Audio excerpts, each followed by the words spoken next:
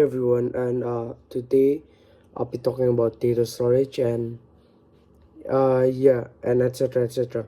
So moving on, data storage is basically how your computer keeps or uses your informations. So the first type, it's called a primary storage. It's it's basically the memory of the computer when it's doing like a task, like whenever you open an app or a file, but it's it is fast. It is super fast. uh, but the only problem with using the primary storage is it's temporary, so when you turn off the computer, uh basically everything disappears. Well, a common example is, you can say, RAM, but things like cache memory also counts as a primary storage. Okay, now I'm gonna be talking about the secondary storage. The secondary storage is used to keep the data for a long time. It stays it stays even when the computer is turned off.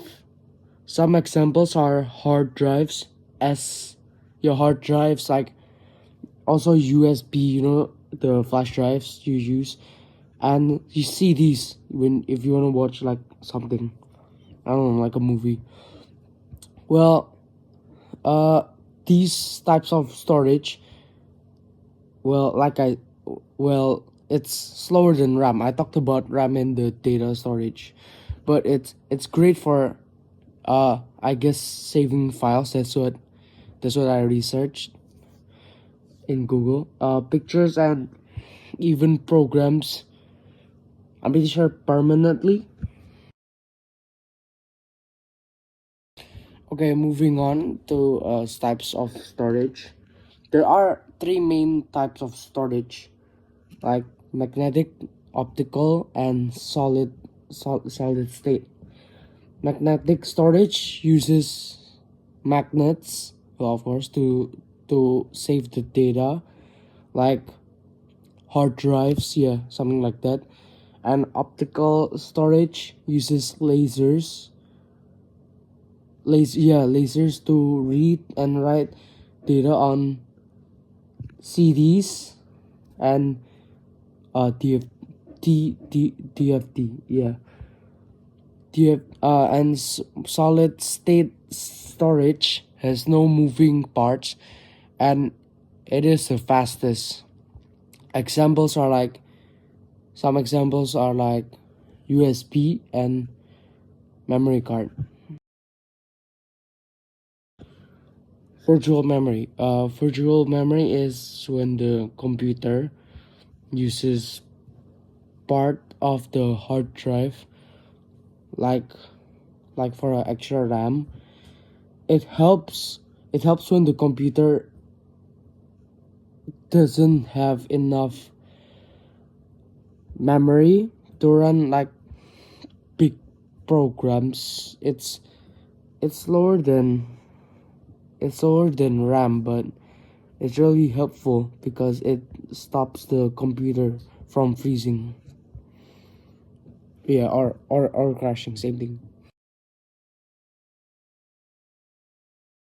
Okay, cloud storage. Cloud storage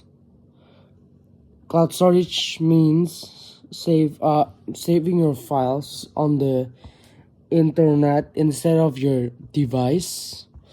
You can use it through services like uh iCloud, yeah.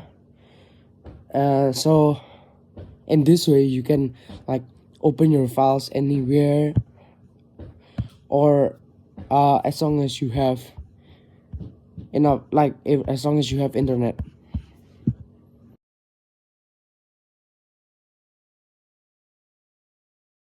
Okay, so should you use cloud or local storage? Well, that's actually a good question. So, first of all, cloud storage. It is super handy because you can access your stuff anywhere and share it easily, very easily. Plus, it's automatically backed up, so but there's there's a there's one downside. uh the downside is that you need a lot of internet, and there's actually two, and it's sometimes, yeah, it's sometimes less private. Okay, so moving on to the local storage. Examples for local storage is like a USB, or you could say hard drive. It doesn't really need a lot of internet, and in fact it is faster, but the only downside to this, and why people don't really like this, is the device breaks easily. You might lose all your data. Okay, so both both has pros and cons. I'm pretty sure it's basically like it depends on what you need.